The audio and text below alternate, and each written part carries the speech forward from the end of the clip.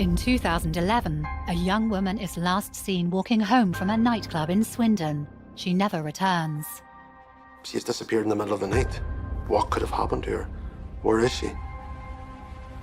About 400 to 500 members of the public turned up to help search the forest. Bluebells grow in the spring, and there's lots of deer, owls, and there's quite a lot of rare wildlife. But it's a large expanse. It's around 18 square kilometres, quite easy to get lost. During the day, it's beautiful, it's tranquil, you can hear the sounds of nature. But at night time, when darkness comes, it's the last place you want to be. It's chilling. The investigation becomes much larger than police could have ever anticipated. It absolutely shook the community of Swindon. A lot of anger that someone could do this to someone that totally didn't deserve it. Which, at that point, you could literally have struck me down with lightning. That was not what I was expecting to happen.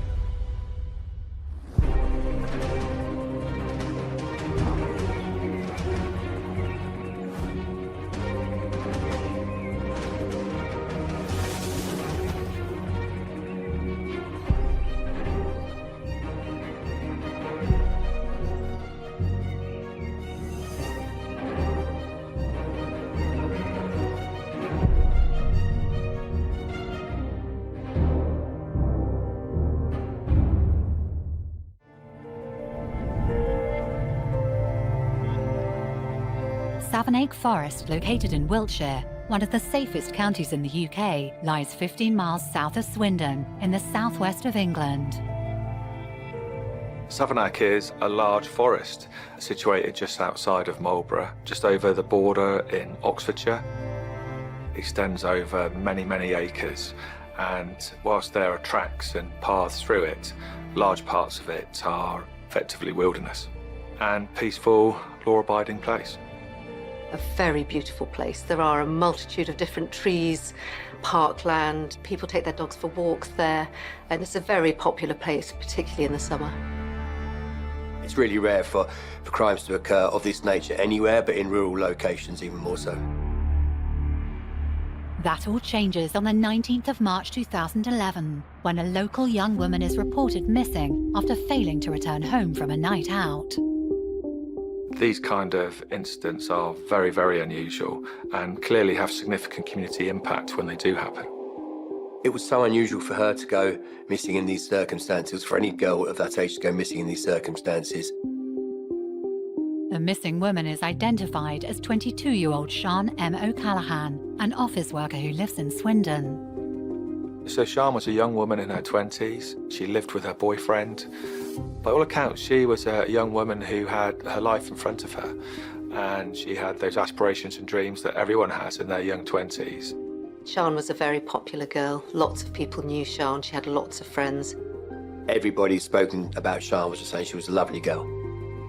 Sian's boyfriend alerts the police after waking up to find that she never returned home from her walk back from the nightclub just half a mile away.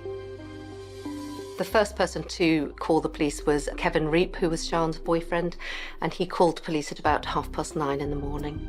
So as far as he knew, she was meeting up with friends, and they were going to end up in a nightclub in Old Town in Swindon called Suju Nightclub. Saturday night in Swindon would be buzzing. There would be people out and about, going out and enjoying themselves, going to pubs and clubs and restaurants, just like any Saturday night in any town. Just before 3 a.m. that night, Sian decides to break away from her group of friends and decides she wants to go home. And she leaves the nightclub just before 3 a.m. Sian only lived 800 metres away from Swindon town centre. She hadn't far to go. She left on her own, but she wouldn't have been feeling any kind of danger. She had a pleasant evening. She was going home to the house she shared with her boyfriend, Kevin. He'd had intermittent contact with her throughout the evening, but when she didn't turn up by about 3:30, 3:45 in the morning, he sent her a message on her phone asking where she was. Clearly, this message was never answered. He starts to worry because she isn't responding to his messages, to his attempts to contact her. And he sends a message to her at 3:24 a.m. with one word: worried. And this was highly out of character. There was no precursor events, there was no arguments, there was no discussion about her leaving. It was an unprecedented event within that family, and there was immediate concern. So her disappearance was treated as a high-risk missing person case. Boyfriend Kevin is now incredibly alarmed. He gathers together people, friends, anyone he can get hold of, and they start looking around the surrounding area, and they're incredibly concerned. We get many people who go missing people. There's thousands that go missing every single year. And whilst everyone is treated very importantly, you know those ones which just put the flag up straight away and we go, this is a real concern. At the time, the senior investigating officer, Steve Fulcher, was my boss. I spoke to him and he asked me to come into Gable Cross Police Station the following morning. He went through the circumstances of Sian going missing and the initial fast-track actions that were being pursued to help identify where she was. At that point, we are thinking, how can we try and locate Sian? What could have happened? Has she fallen over? Is she hurt in any way? Or is it something a little bit more serious and that someone has taken her and she's come to some harm? So in any high-risk missing person inquiry, we will be utilising the media to try and identify where she could be. We're utilising CCTV opportunities. If we know where someone was, we could be searching that area. We can be making inquiries. We can be looking at our intelligence systems and trying to find out if anybody is in that area at the time that is of concern. So when a call of a missing person comes into police, uniformed colleagues would be sent out and they would go and speak to the person who had reported them missing.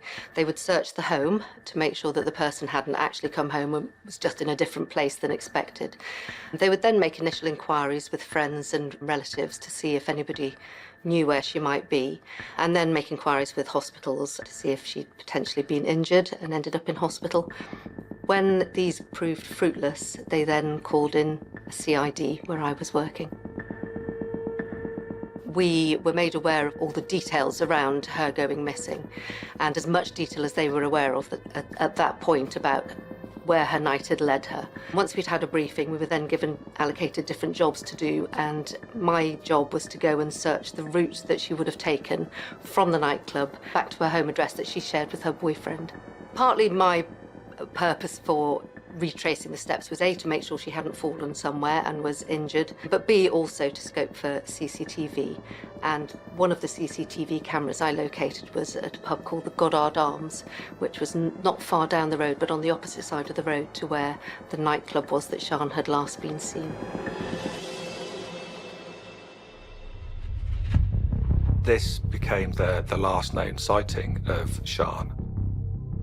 What we could see from that CCTV image is that when she went out of screen in the building opposite, there was flashing amber lights, which we could hypothesise were from a car pulling up, putting the hazard warning lights on.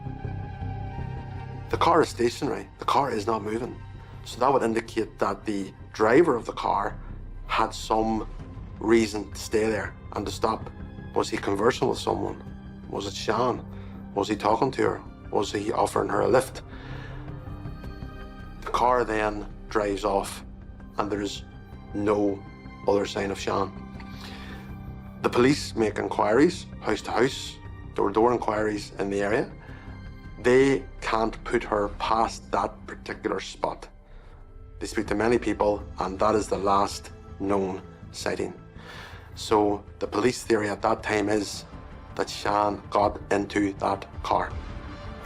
The investigation into Sian O'Callaghan's disappearance has escalated to a suspected kidnapping. Police are focused on identifying the car seen in CCTV footage, as the initial hours are crucial to finding her alive.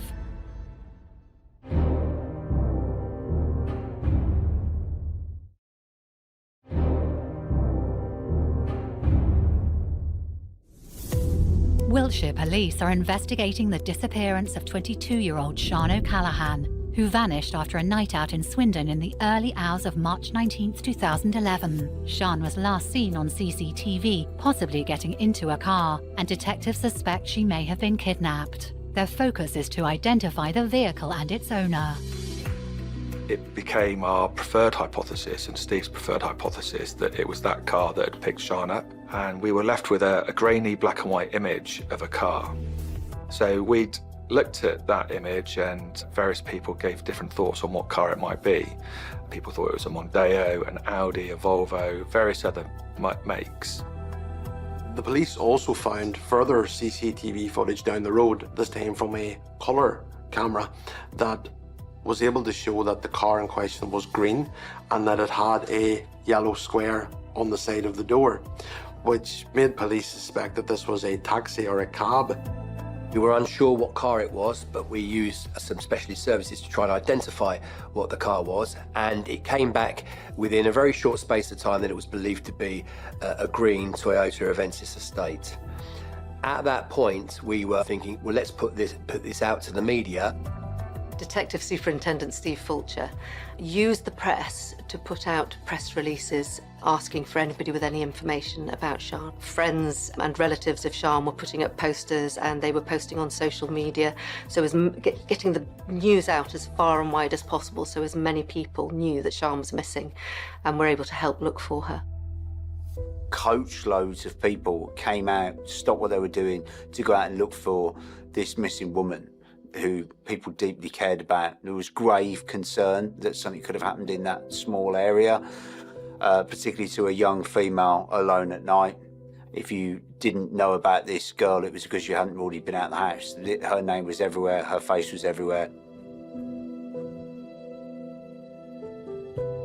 Any girl of that age that goes missing and could have potentially come to some harm would be a very important case regionally. I think just the nature of the fact that it was so unusual to happen, it became national news, and the media latched onto it because she was an attractive girl who had gone missing and her picture was everywhere. And there was real concern within the community as well. Sian's boyfriend Kevin made an emotional appeal at a press conference for Sian to come home, and for anyone who had any information as to her whereabouts to please come forward. This was a young man who loved Sian very much, and that comes across in that appeal.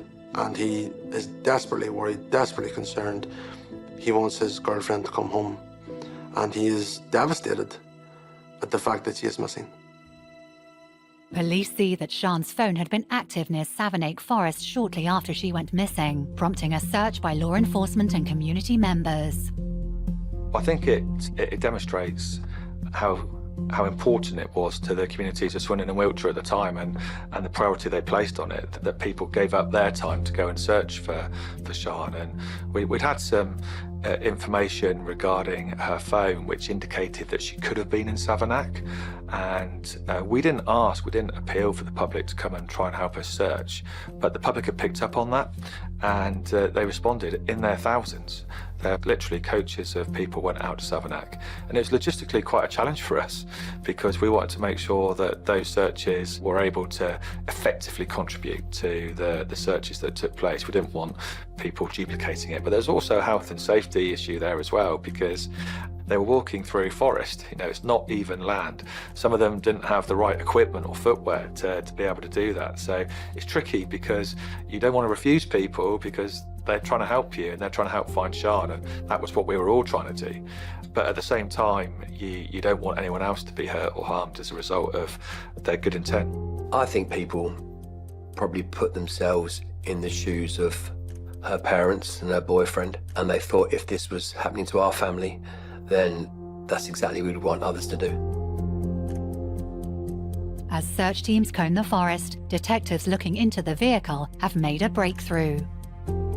An officer who had been reviewing the camera footage, the video footage from our traffic cars that were on patrol that night, who came into the briefing room with Steve Fulcher and myself and a few others, and said that they'd identified a taxi leaving the Old Town area with at the right time, and they had the number plate from the traffic car.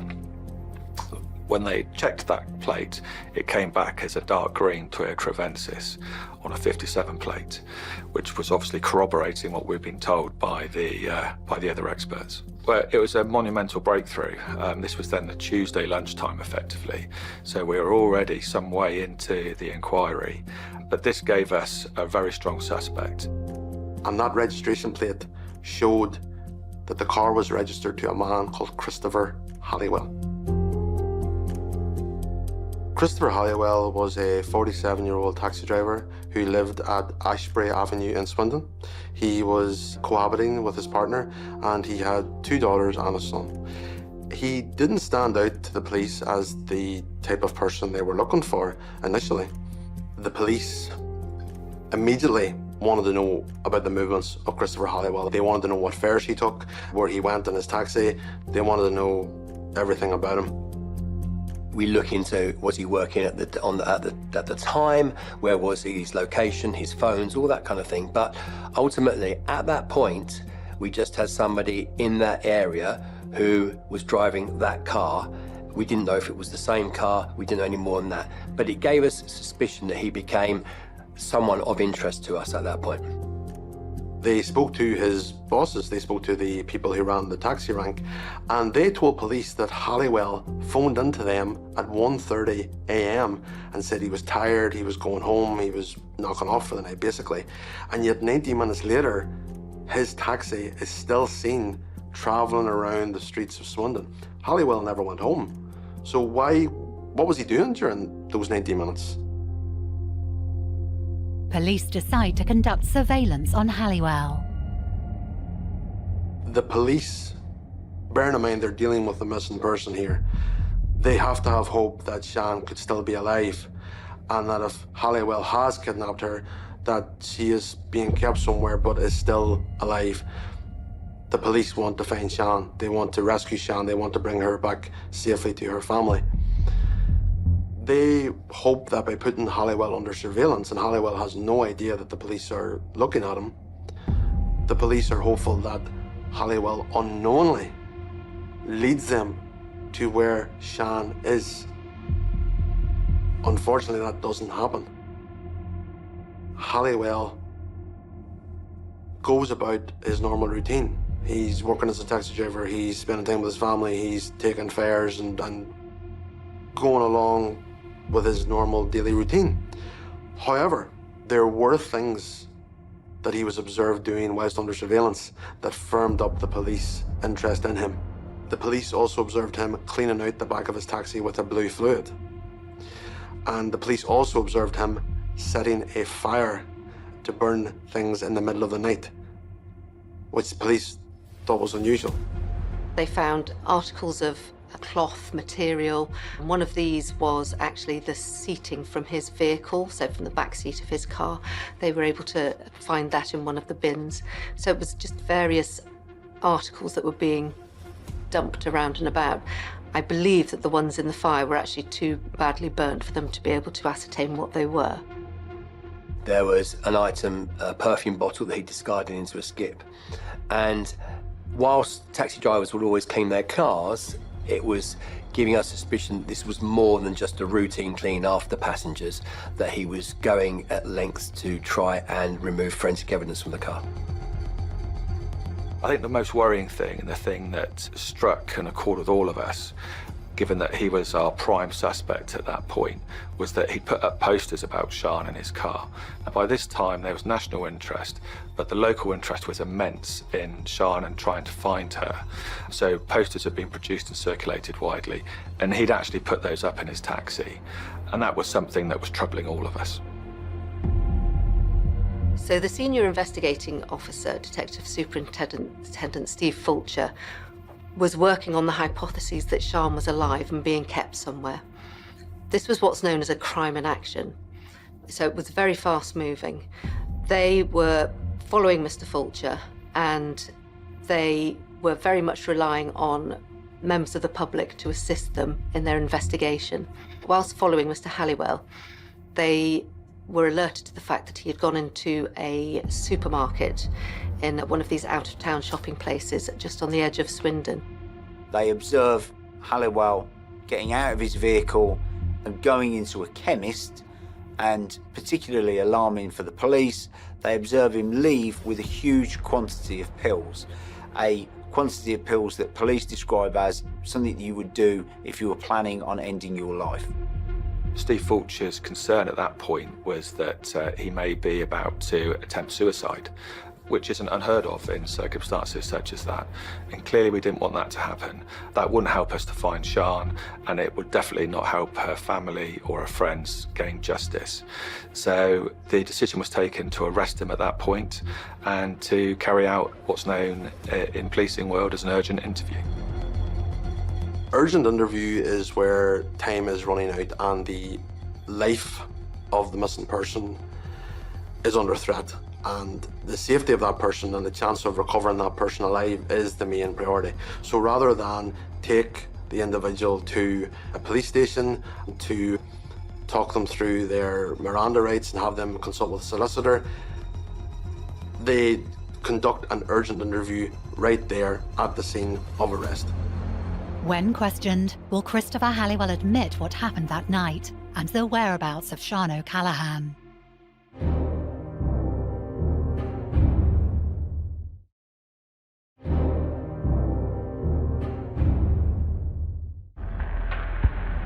Wiltshire police are investigating the disappearance of 22-year-old Sian O'Callaghan, who went missing in the early hours of March 19, 2011, after a night out in Swindon.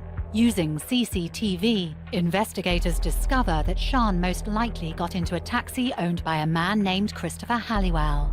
The senior investigating officer, Steve Fulcher, has Halliwell arrested.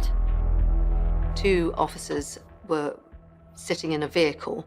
When Mr. Halliwell was arrested, he was put into the back of this vehicle, and straight away these officers asked him a number of questions.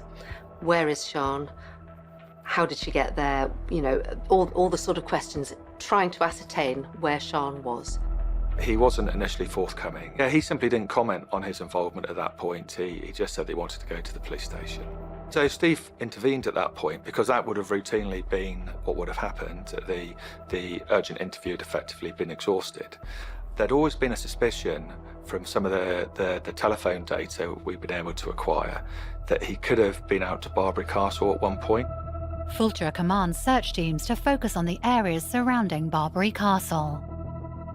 Now, Barbary Castle was a beauty spot on the outskirts of Swindon, and Steve had initiated some searches that were taking place. So on that morning, the Thursday morning, there were search teams in and around Barbary Castle. He made the decision to meet Halliwell and question him himself at that location. So he instructed the detectives to take him there, and he would urgent interview him there.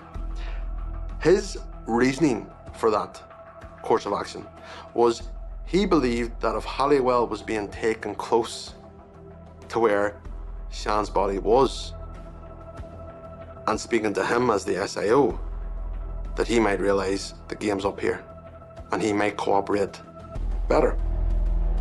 Fulcher's unorthodox approach raises some concerns within the police force.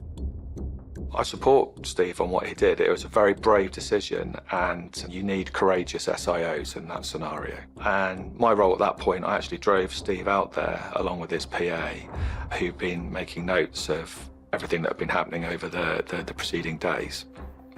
And as I drove him out there, I said to Steve, "Are you really sure you want to do this?" Because it was such an unusual thing. And he looked me in the eyes, really, and he'd spoken to Sian's family, he'd met Sian's family, and he said, "I've promised Sian's family I'm going to get her back, and this is the only way."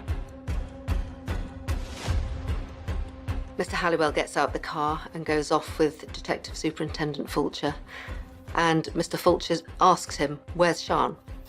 Initially, he won't talk to Mr. Fulcher. He won't answer any questions. He keeps saying he wants his solicitor. But eventually, just as Mr. Fulcher thinks he's going to have to give up and take him back to the police station, Mr. Halliwell says, "Have you got a car? I'll take you to her." After a few minutes, Steve Halliwell and his PA got into a marked car and started to head off from Barbary Castle, and I followed them. And at that point, I thought that we were probably going back to Gable Cross Police Station. I thought we'd probably exhausted that further interview that Steve had with Halliwell. But then what happened is we drove straight past the police station and out towards the Oxfordshire border. And that was the moment that Halliwell was taking Steve to Uffington. Uffington is also a beautiful rural location in that part of Wiltshire, but at night time, extremely dark. You wouldn't like to be walking about it at night. You could easily get lost or something could happen. It's just that kind of eerie kind of place at night. And it is literally in the middle of nowhere. It's a very secluded area. Lots of green fields and not much else. So they head up to Uffington Whitehorse, where whilst they're driving the car, they drive along a road and Mr. Halliwell says she's down there somewhere, indicating down a slope.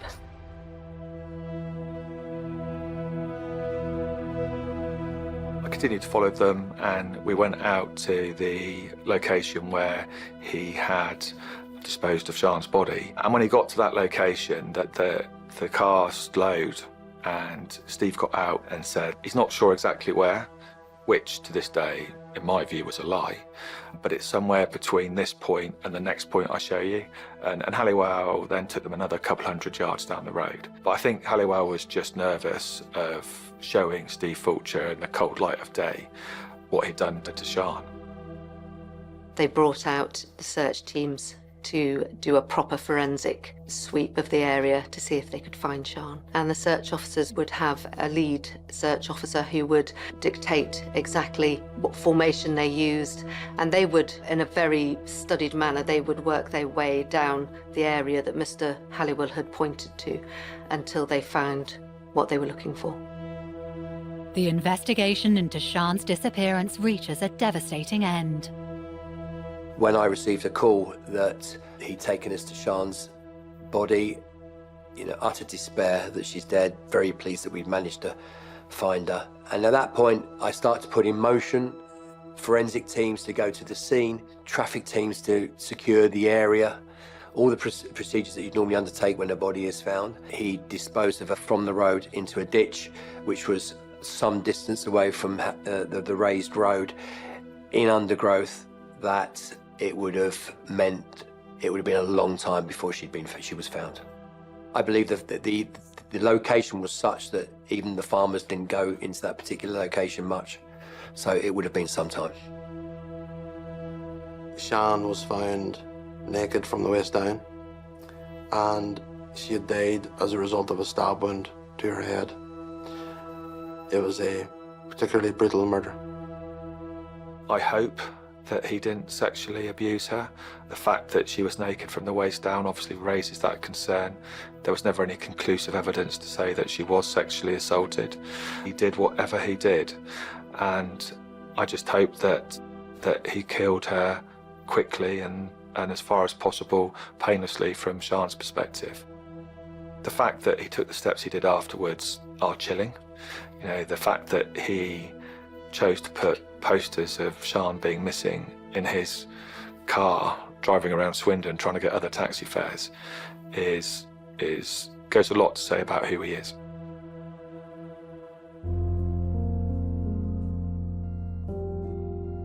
Sadly, I was the one that had to also tell them that Sian had been found. That is something you never get used to. As police officers, we deal with some harsh things that we have to deal with, and what we call passing death messages. This is one of the things that we do, and no matter how many times you do it, it never gets easier. So passing that message that's one of those jobs that will live with me. It doesn't come up in my mind very often, but it's there, and it was hard. They were devastated, but you're there to support them and help them through it. So it was a very difficult case, but I remained with the family throughout the whole of the case. D.S. Fulcher has the harrowing task of contacting the police station and informing them that they have found Sian O'Callaghan's body. They then send in a team of forensic scientists to preserve the scene, and they make arrangements for Christopher Halliwell to be returned to the police station in Swindon, where he can be read his rights, meet with his solicitor, and then undergo questioning. They are still at the scene where Sean O'Callaghan's body was found. He and D.S. Fulcher, in that short period of time together, had built up somewhat of a rapport together. D.S. Fulcher had successfully got inside Halliwell's head and had gained some trust.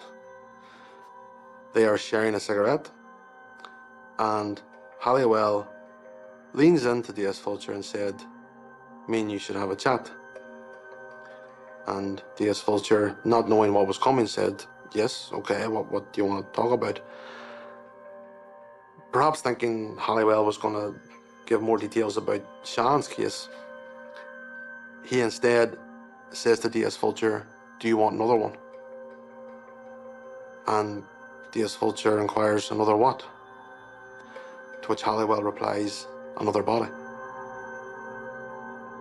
Steve then came over to me and said that he was going to take us to another. And I had to clarify, what do you mean another? And he said to another body, which at that point you could literally have struck me down with lightning. That was not what I was expecting to happen. Christopher Halliwell's admission forces investigators to confront the chilling possibility that they may be dealing with a serial killer.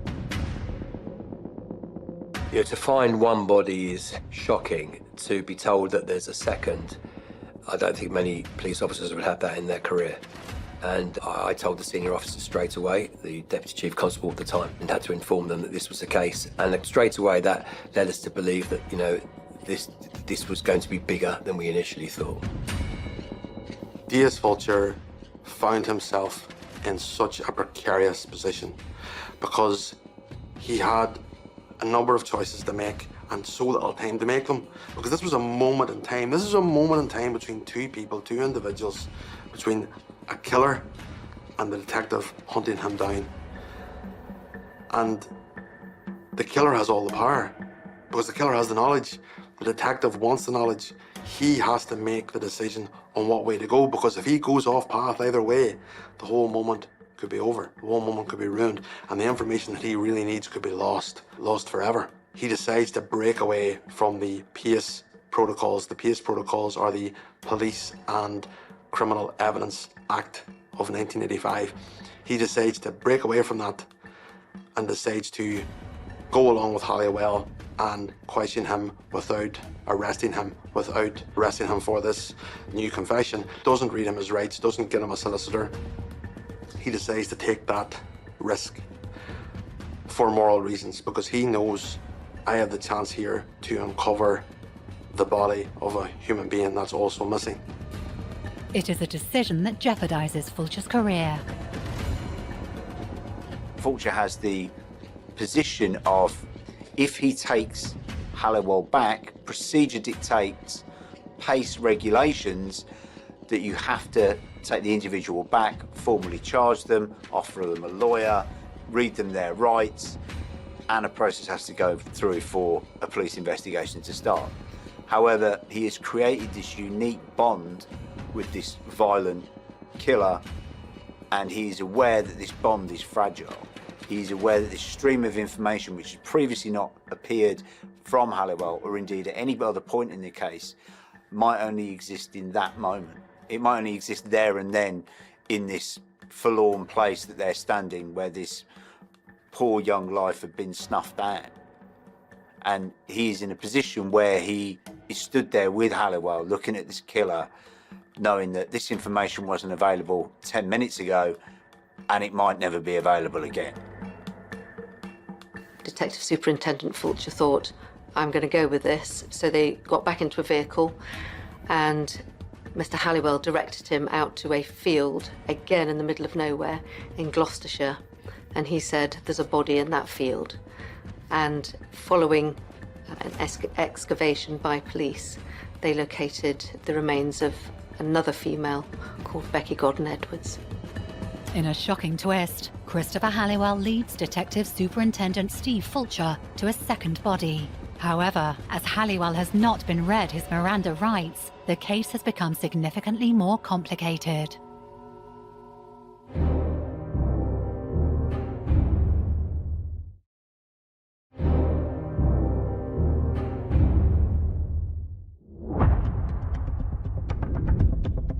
In the early hours of March 19, 2011, 22-year-old Sian O'Callaghan disappears after a night out in Swindon. CCTV shows her getting into a taxi driven by Christopher Halliwell, who is later arrested. Detective Steve Fulcher brings Halliwell to a search site near Barbary Castle, where Halliwell eventually reveals where he buried Sian. But just as they're about to return to the station, he leads Fulcher to the body of another young woman.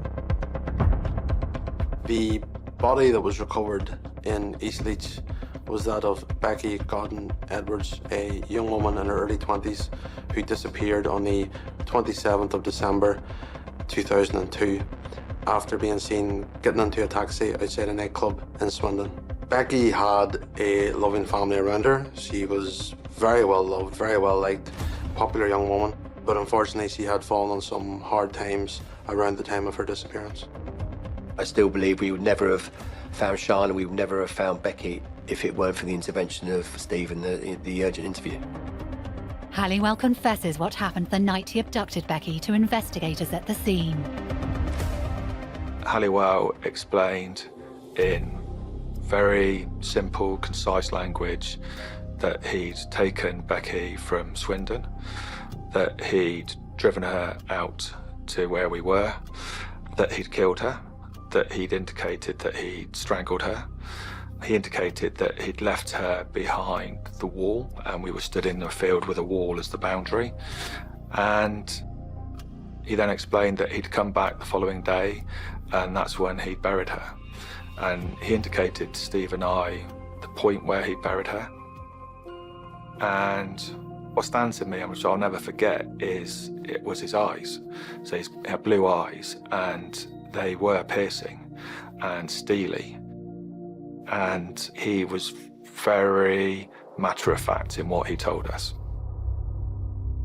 There's been a lot of speculation about whether Christopher Halliwell has killed more people, and I know Steve Fulcher believes he has. I know of some of the inquiries that have gone on since then, and to date, nothing has been found to show that he has killed anybody else. He'd have had a lot of lone female passengers during that time, and I suspect if you're subsequently one of those and you knew that he was later convicted of double murders, you'd be very concerned. Well, there was a brief discussion about whether or not there was anyone else that he needed to take us to, and the words that he used were something very similar to "not today," which stays with me as well. But at that point, Steve, I think, felt that we had to sort of draw under a line under what was happening. So Steve and Halliwell went back in the police car and they went off and to Gable Cross police station. The trial is delayed due to Detective Fulcher's actions during the investigation. So Mr. Halliwell would have been taken the following day. He would have been remanded in custody and he would have been taken the following day to the Magistrates' Court, where again he would have been remanded in custody for further investigations and for the trial, for preparation for the trial. During the course of the investigation, one of the avenues they had to go down was a thing called a voir dire. This was when they went to court to hear the facts of the case, and the facts of the case were around where Mr. Halliwell was not given access to a solicitor and where he was not cautioned when he should have been. So this had to be heard in front of a judge. Now this hearing took five days, and during that they were given all the evidence. Mr. Fulcher was given his opportunity to put forward why he didn't comply with the requirements of an arrested person. The judge, however, in this case ruled for Mr. Halliwell and said that anything from the point of his initial urgent interview, anything after that was not allowed as evidence within the case. So this included pointing out where Sian was, and it included pointing out where Becky Godden Edwards was. Thankfully, they had a fair amount of other evidence, forensic evidence, in relation to the murder of Sian, and they were able to build a case around her murder. However, around Becky Gordon-Edwards, there was only the word of Mr. Halliwell, who had taken them to the field where she was located. So they had to disallow that from the hearings that went to the first trial at court. Yes, they had their daughter returned to them, but it also meant that the person who had admitted to killing her by taking officers to the field where she was buried, that evidence was not allowed, and there was no trial in relation to her.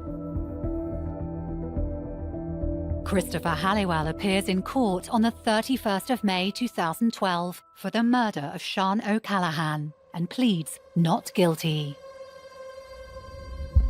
I think is well known. It took many years for this case to come to court for a number of reasons, but the trial from memory is 2016.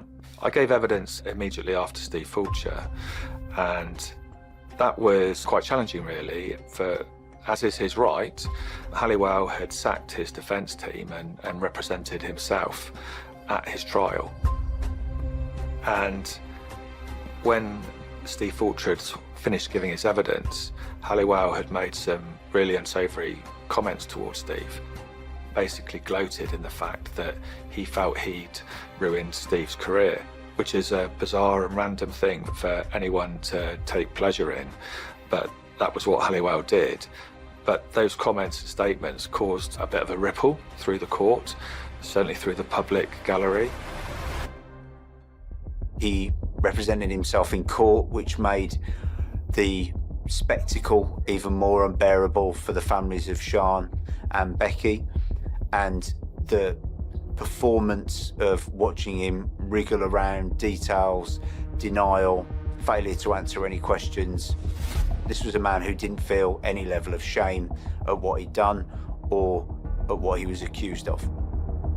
His demeanour in court was what you would expect from a hardened criminal, from an utterly depraved, evil man. He was smirking at family members. He was looking quite relaxed, like he hadn't a care in the world, like he was totally free from worry. He didn't really care. His defence was that she attacked him, and it was self-defence. That was a man just trying to grasp onto anything that he could think of in those moments when he knew he was going to be convicted and face a full life tariff. 19th October 2012. Christopher Halliwell pleads guilty to her murder. He is sentenced to life imprisonment with a minimum of 25 years. It's indescribable. Unless you've been through it yourself, you can't ever really relate to it.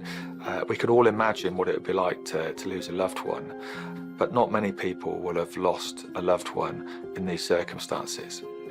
And that will be very, very difficult for anyone to come to terms with.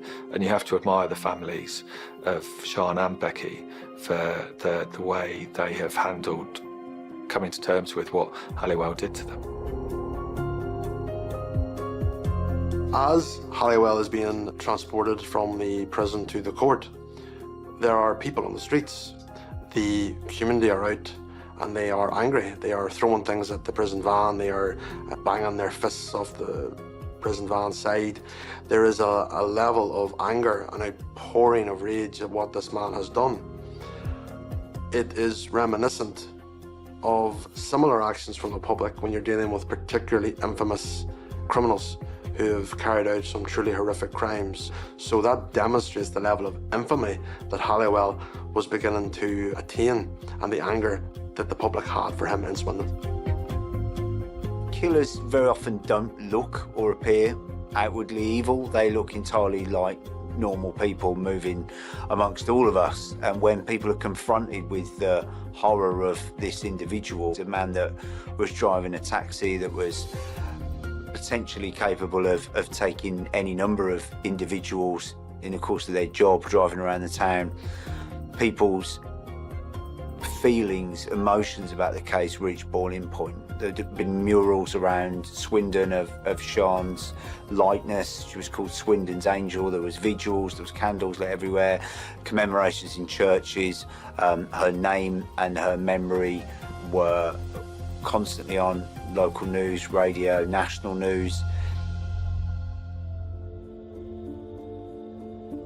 Police did an amazing job. They very quickly ascertained the vehicle that was being used, and this was great police work to have the forethought to look through the ANPR cameras on traffic vehicles, and then Detective Superintendent Fulcher locating him, arresting him before he was able to do anything with the tablets, which potentially he had bought to harm himself. You know, the police work was fabulous.